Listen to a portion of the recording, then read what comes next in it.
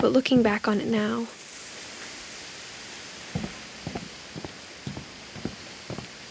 if she told me there was going to be so much climbing, I never would have come when I was 22 weeks pregnant.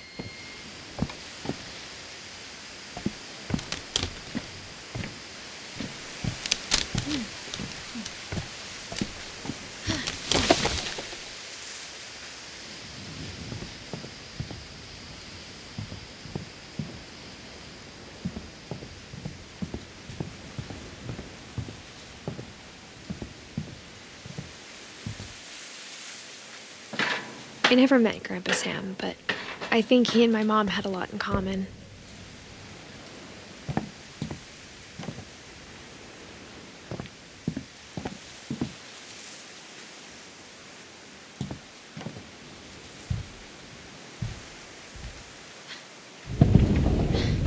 They were both pretty intense.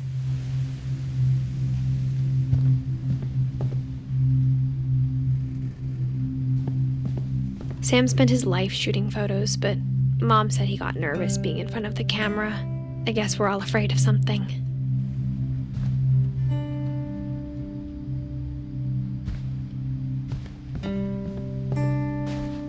Instead of hiding from death, Sam seemed to go out of his way to meet it.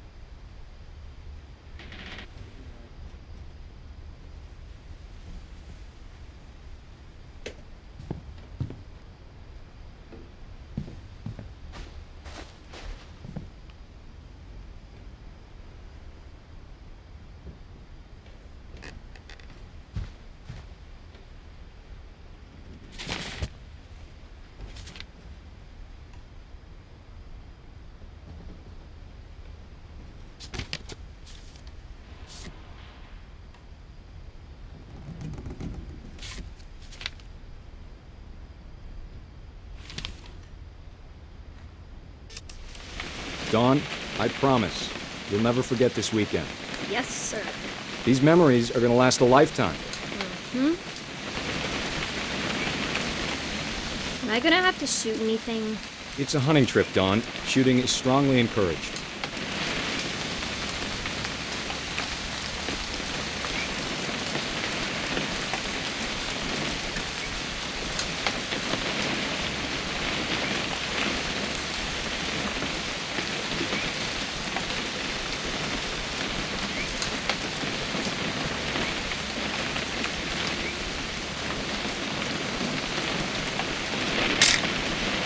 Shouldn't we be leaving? Just want to get a shot of you, Dawn, then we can take off.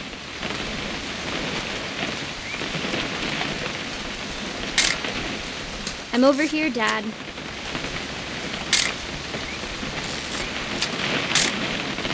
Just need to get a shot of you, Dawn, then we can hit the road.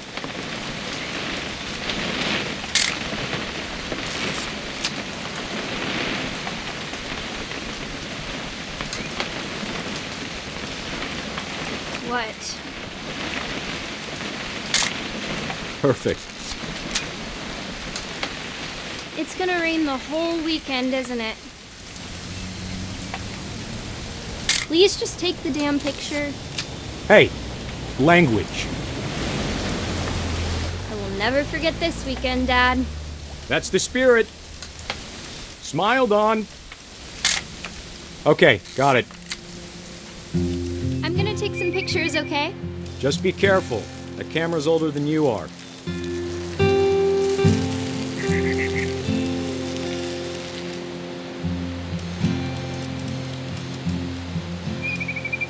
You're right, Dad. It's starting to clear up. Still freezing, though.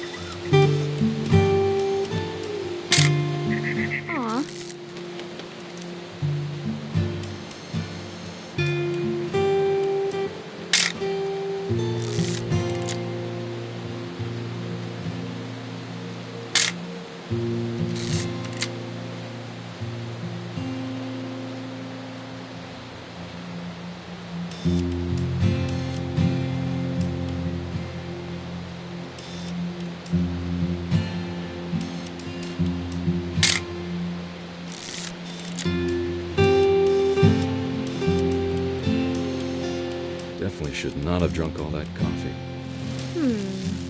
Hold still while I take a picture of you. Hey! That's a keeper. I'm just saying, I'm not always gonna be here, Don. You'll need to remember this stuff, if you want to survive. I'll be fine, Dad. You know who else thought he was gonna be fine? Some guy who died. Don, I'm being serious. I know, Dad. You're always serious. Doesn't being out here make you want to chill out? Well, to tell you the truth, I haven't been out here in 20 years.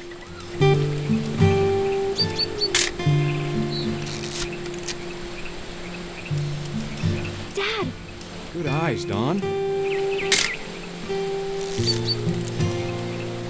Before you take the shot, let me get a picture of you.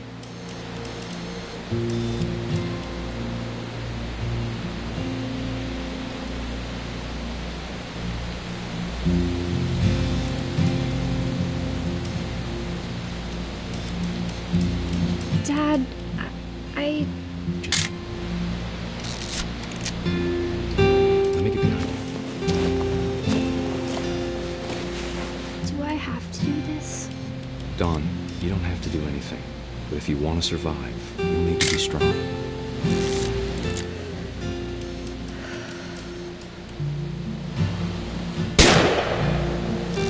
Great shot, Don!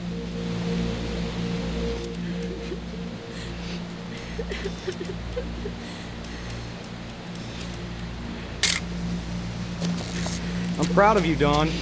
Always remember that, okay?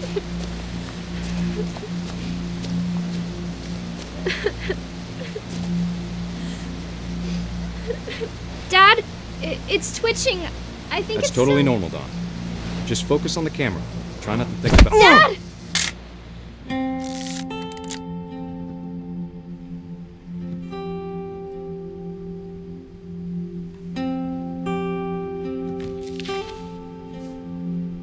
Of all these stories, that's the one I wish most that my mom had told me.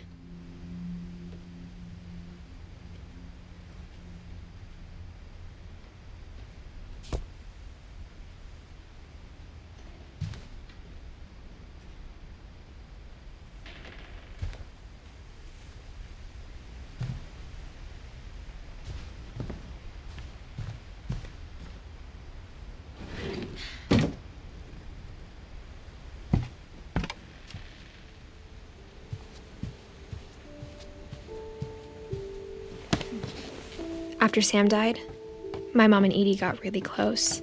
They'd both lost a lot.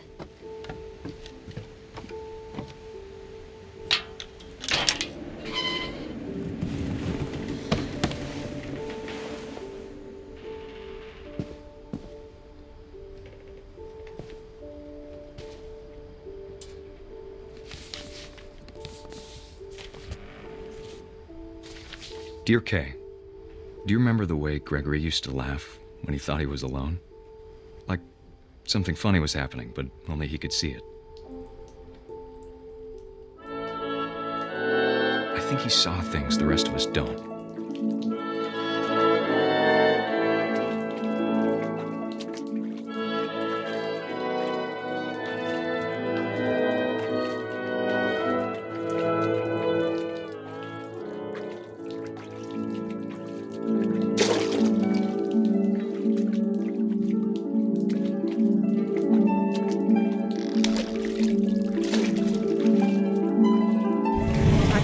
Gregory, it's time to...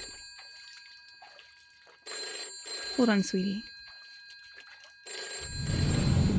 Hello? Sam, I told you I don't want to talk right now. I wonder what he saw.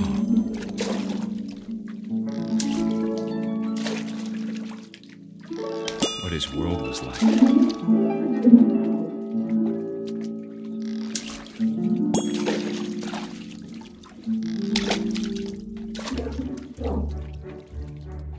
He reminded me so much of Calvin. lost in his imagination. Whatever it was he saw, it sure made him happy.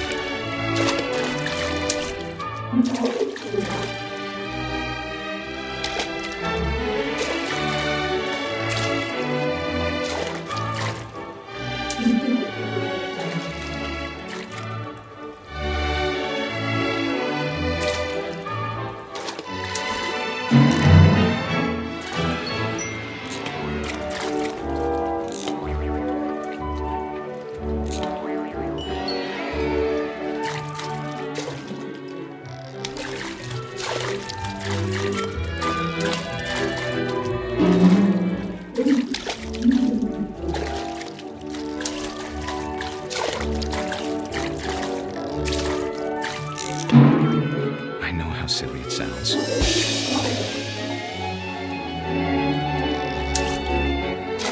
But I worried about a baby getting too happy. I could feel him slipping away. Sorry about that, Gregory. I know you did everything you could. Maybe if I hadn't called that night. Damn it. Hold on, I don't want Gregory to hear this.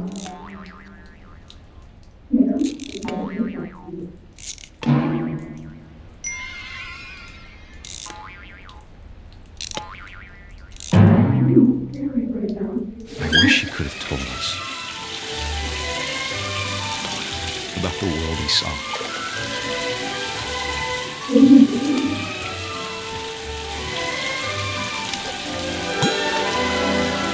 There's so much I don't understand about Gregory, about everything.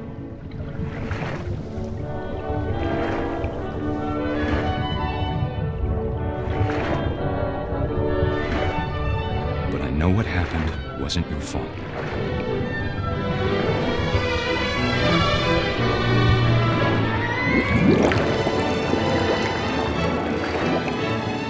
I'm sure he's happy.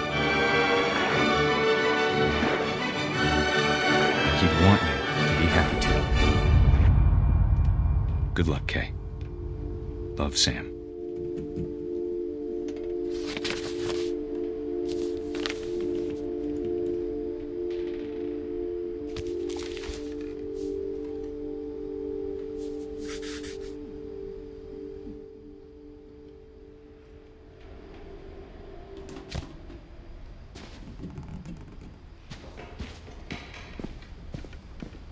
I can't imagine my mom ever writing poetry, and yet...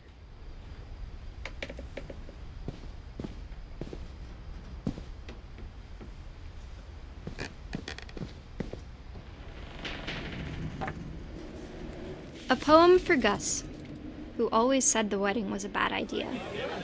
Our father never hit us kids, at least not very hard, before the day my brother said with teenage disregard that he'd be dead before he'd see a wedding in our yard.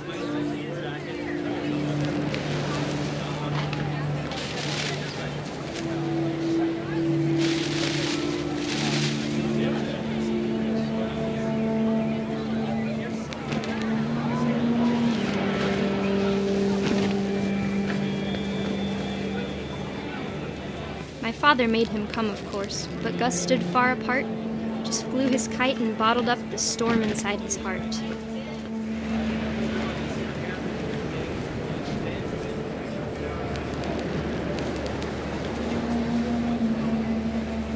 I tried to talk him out of it, but though he'd never met her, "We don't need a stepmom," were the words that I now pronounce you husband and wife.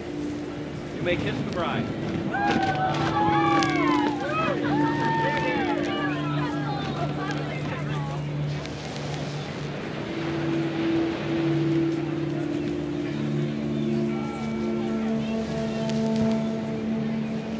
When the time for photos came, Dad ordered him to Come here. But Gus declined, and as a sign held up his middle finger.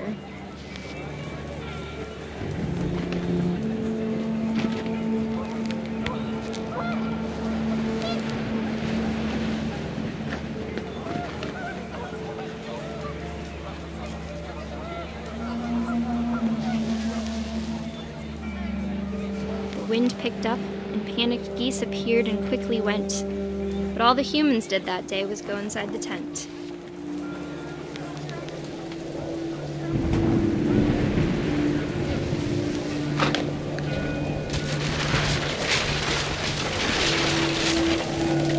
The rain came down in buckets then, but no one seemed afraid that nature might destroy the tent our dad had crudely made.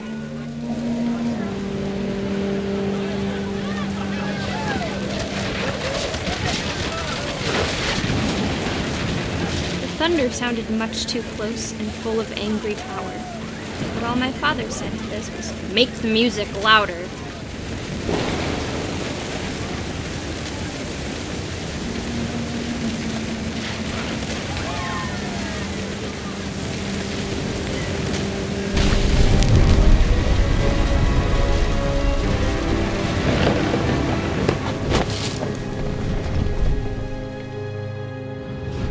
I wish that I could truly say I thought about you on that day.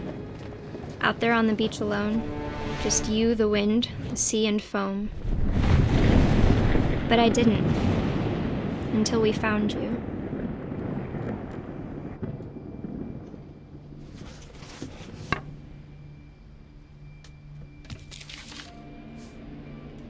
She never talked about him, but Mom told me once if I was a boy, they were going to name me Gus.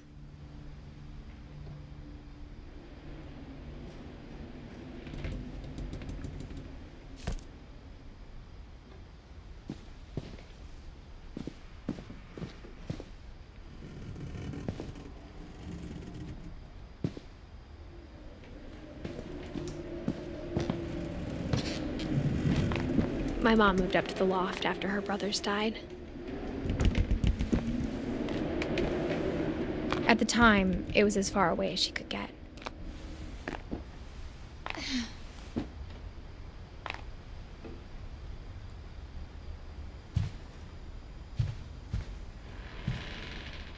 She spent a summer building houses in Calcutta, where she met my dad, Sanjay.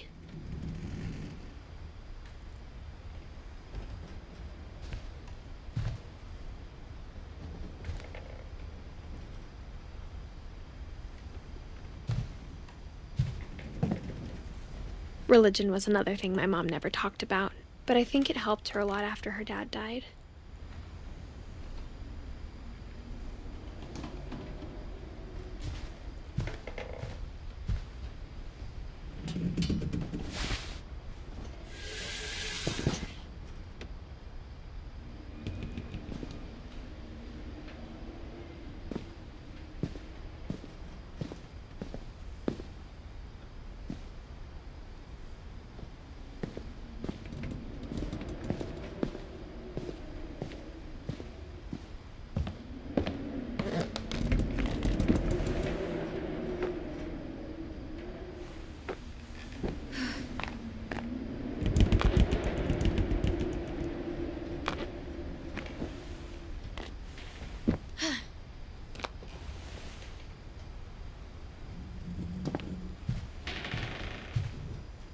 My mom moved to India a week after graduation and got a job teaching English. Louis was born a year later.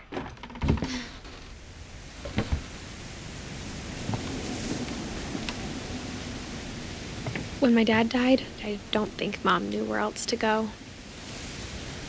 I'm sure Edie was happy to have her back.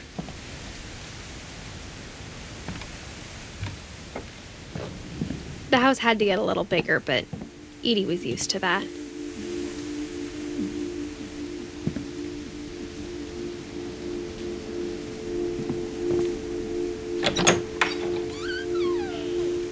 And for a while, things were good, almost normal.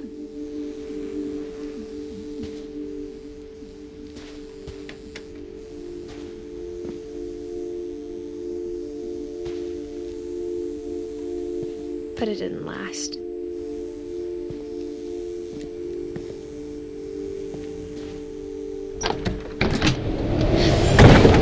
The beginning of the end was Milton's 10th birthday, when Edie gave him a castle.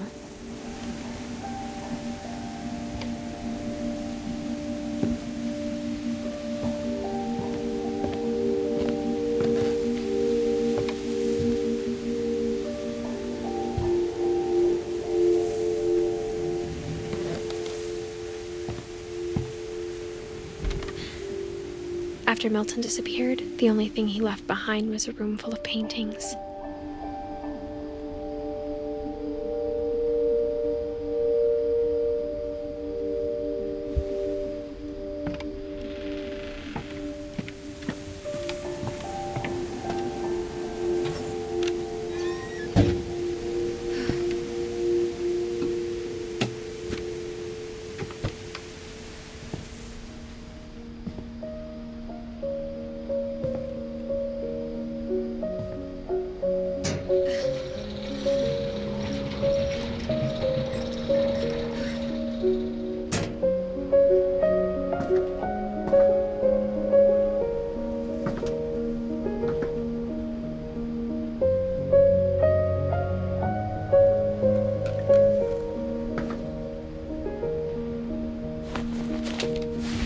Milton Finch in The Magic Paintbrush.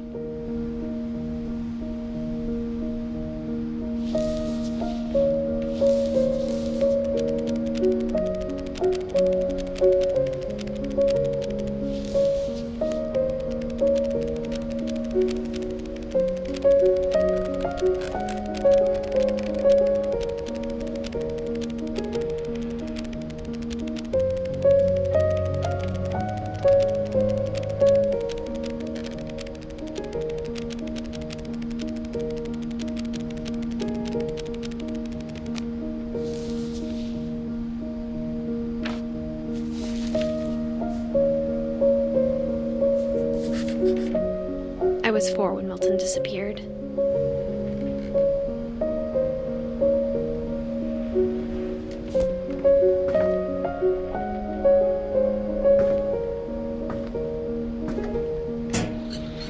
Mom spent months searching for my brother. Then she sealed the doors.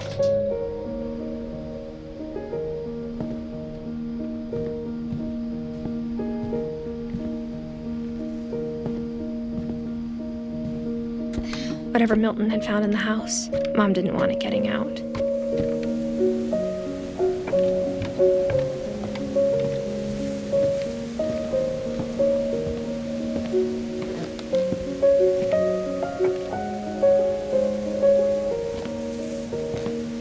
Mom definitely blamed Edie, but I think Louis blamed himself.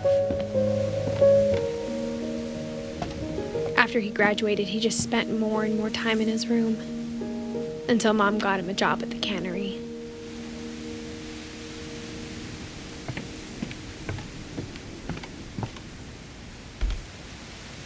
Everyone always told me to stay out of Louis's room, except Louis.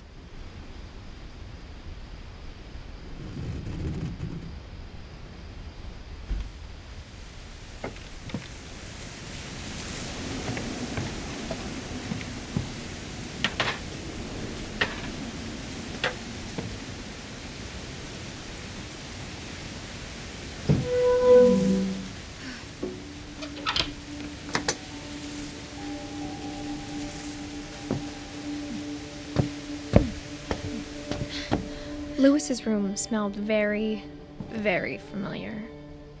That part of him lived on.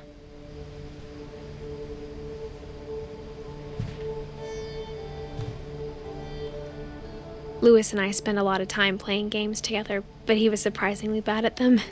He died a lot.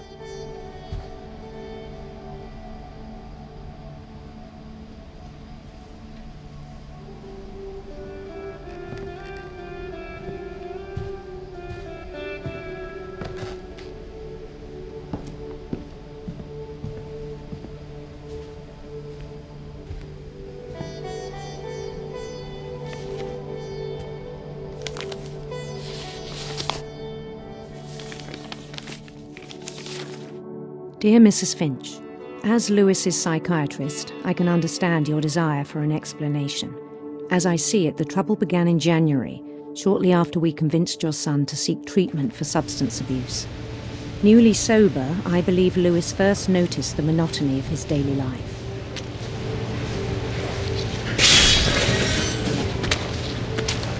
He kept working at the cannery, but he withdrew part of himself. In our sessions, I saw the same behavior. His mind began to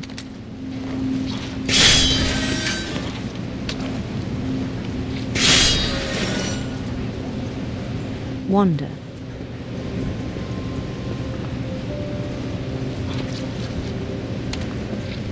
I asked him to describe it.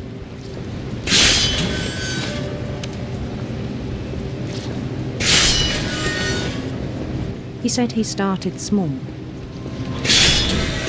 imagining a labyrinth. He'd feel his way about.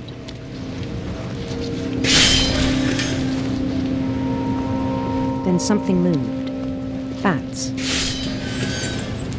and toads.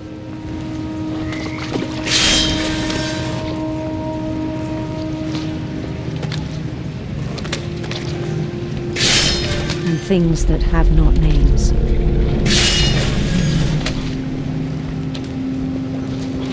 He knew it was all in his head.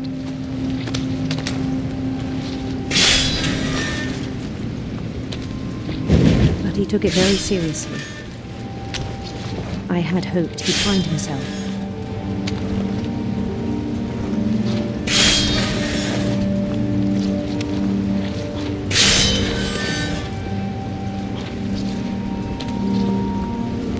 But he found something more.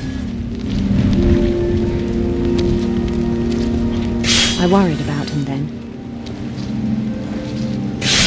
Daydreaming at the cannery. I spoke with his boss.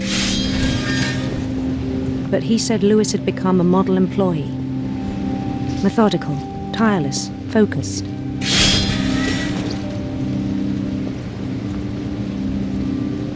Like a whole new Lewis. So I let him go on.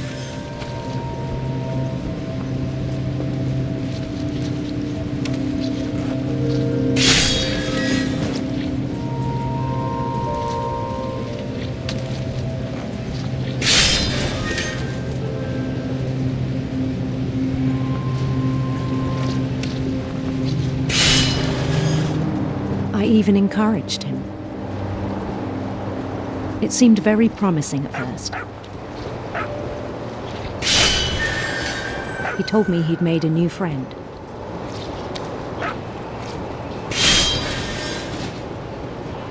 On the edge of a city he named Lewis Topia.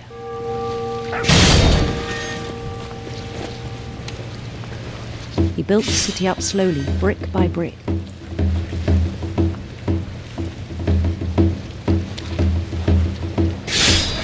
Then he made musicians.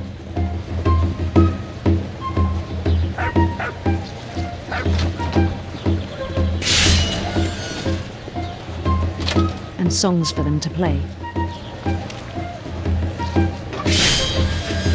He talked about starting a band.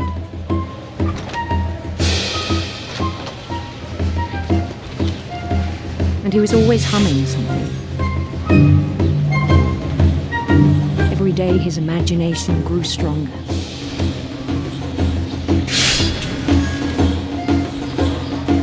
He no longer spoke at the cannery. But his chopping was as reliable as ever. Then one day it struck him that all the cheering crowds, even the stones under his feet, were all in his imagination. So he could do whatever he wished.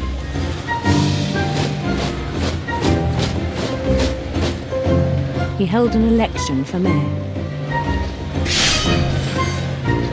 And he won. They begged him to stay, but his mind was already wandering. It became a game for him.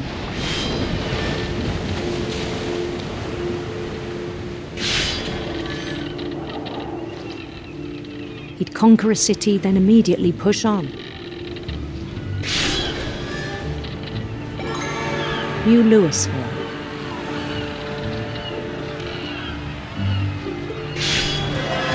St. Louis. He started drifting away from our reality.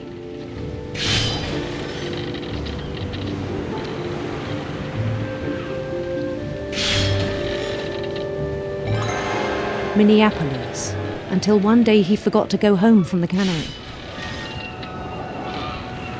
Even as his mother pleaded with him, part of Louis kept sailing on.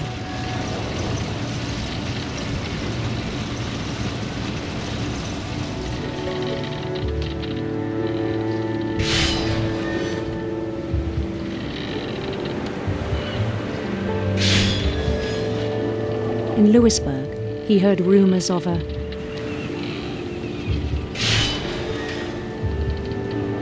handsome queen.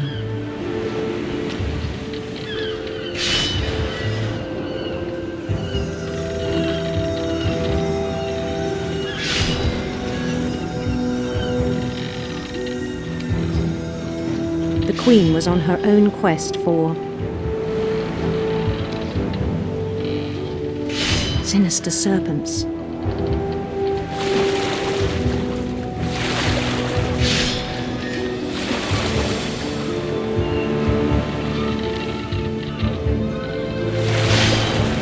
He followed the sound of her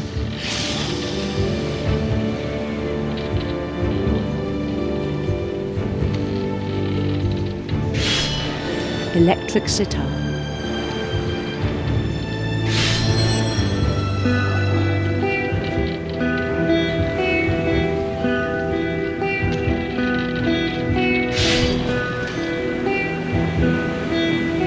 His chase led him to a golden palace east of the sun and west of the moon. Even then, his logic remained sound. He knew the world was all in his imagination.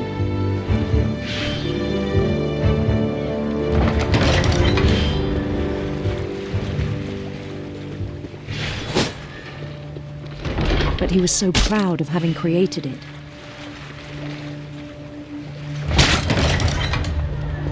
In his own eyes, he'd become something greater than a king.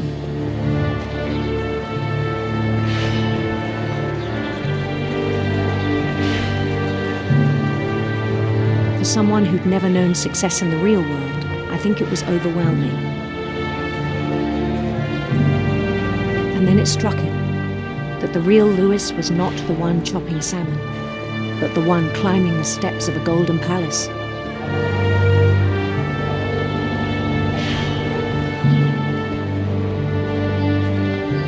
My imagination is as real as my body, he told me. It was hard to argue with him.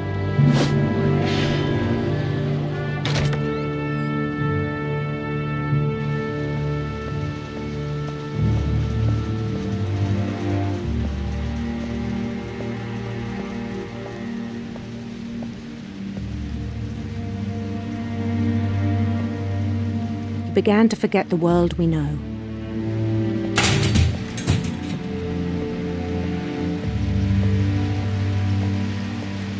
I think it pained him to remember Louis, the cannery worker.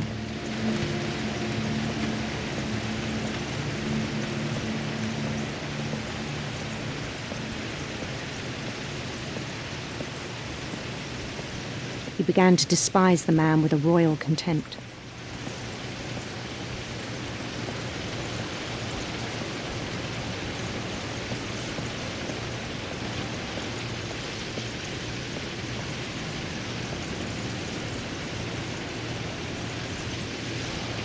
I still thought I could save him.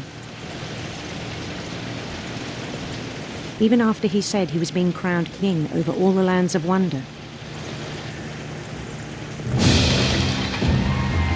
The palace would be packed with his companions.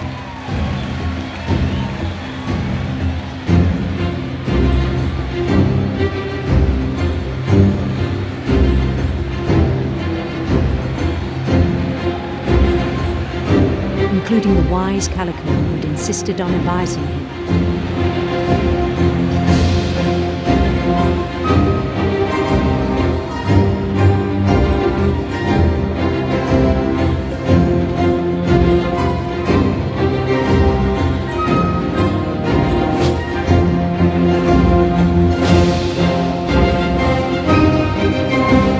His queen waited, holding his crown.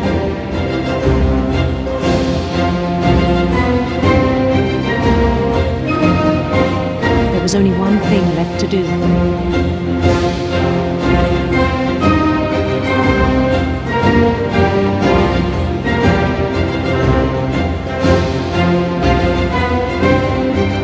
Bend down his head.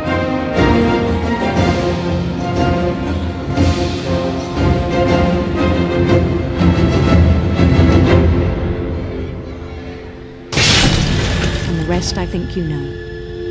Mrs. Finch, your son was a kind man who will be missed by all of us who knew him.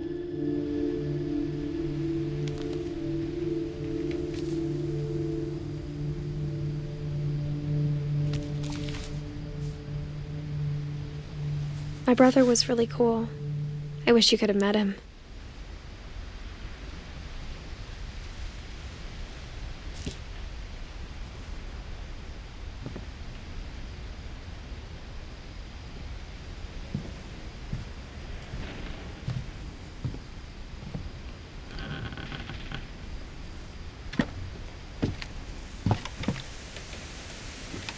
On the way back from Lewis's funeral, my mom told me to start packing. She waited until the day before we left to tell Edie.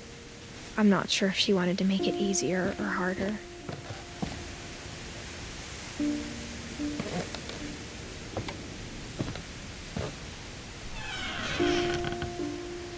I wish we'd stayed.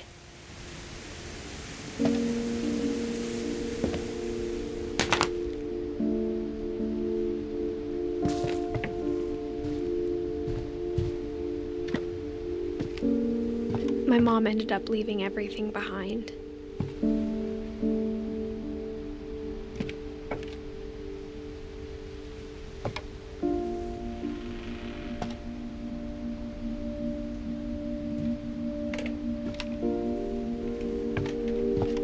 What happened that night had been coming for a long time. Maybe I should have come sooner.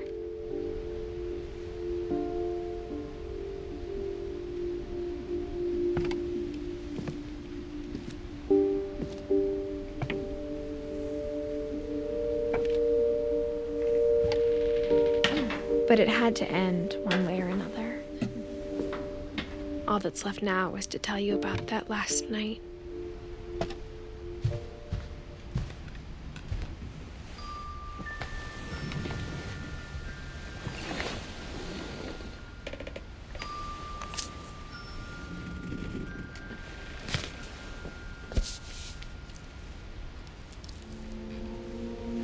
That whole last day, Edie just watched us pack and didn't say a word. Until supper, when she raised her glass and said, "To our final night together, and all our final nights apart." Grandma, you know what I said about alcohol. Some of your medications are very Edith, specific. I left a present for you in the hallway. Why don't you go open it? The grown-ups have to argue now. I'm sorry, you're right. We're all leaving tomorrow. Let's just enjoy our last... I'm not leaving. Edith, you're excused.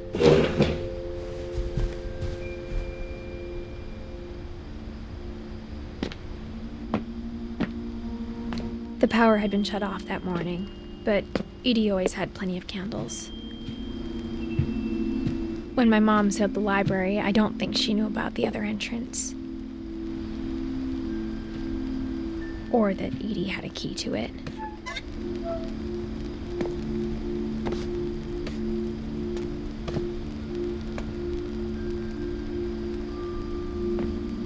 That thing you're afraid of isn't going to end when you leave the house.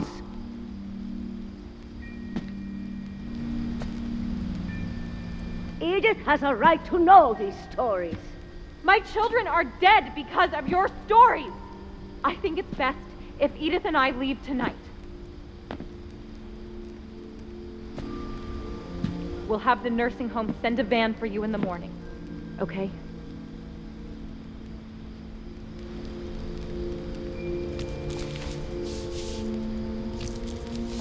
Dear Edith, there's so many stories I wish I could tell you, but there's only time for one. This is about what happened on the night you were born. That night, the tide went way, way out. It was the first and last time I ever saw the old house aground. There'd been an earthquake out in the middle of the ocean. They called it the lowest tide in 1,000 years. God, it smelled awful. You know, I've seen that house every day of my life.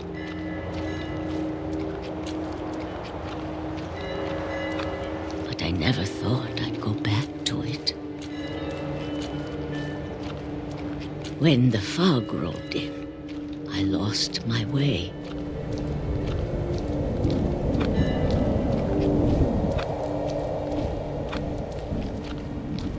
I got turned around.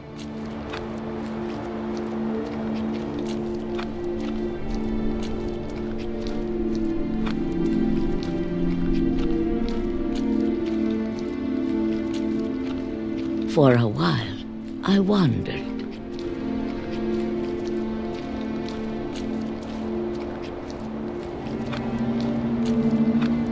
I started seeing things.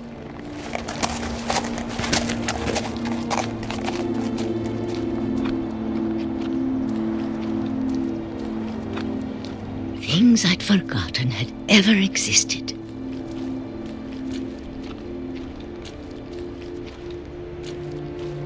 But when I saw them, they felt like old friends. That night, a lot of things came back to me. Or maybe I came back to them.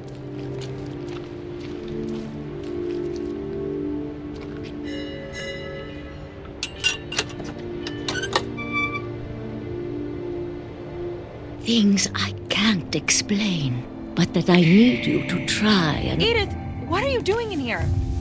It's mine. Edith! Mom, you're gonna rip it! Let go!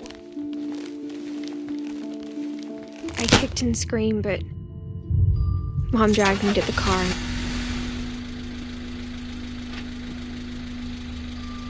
I never saw Great-Grandma Edie again. The next morning, the van came to pick her up, but she was already gone. After that, we moved around a lot.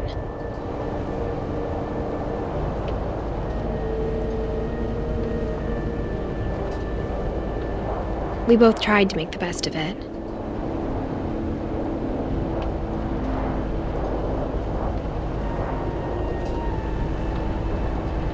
A few years went by.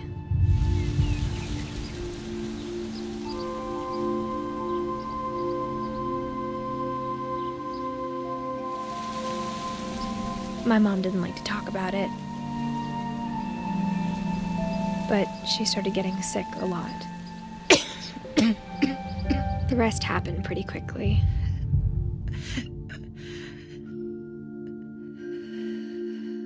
She got better for a while, and then she didn't. And then I was alone.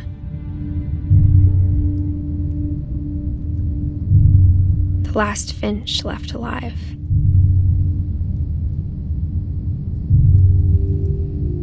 Until I found out about you. I'm still not sure what to tell you about all this. If we lived forever, maybe we'd have time to understand things. But as it is, I think the best we can do is try to open our eyes. And appreciate how strange and brief all of this is.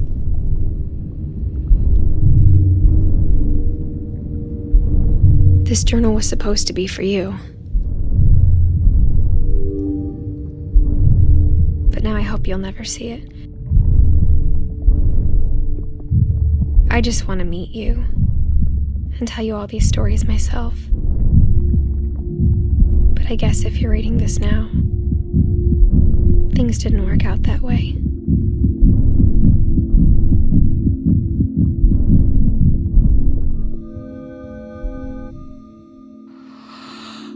This is where your story begins. I'm sorry I won't be there to see it.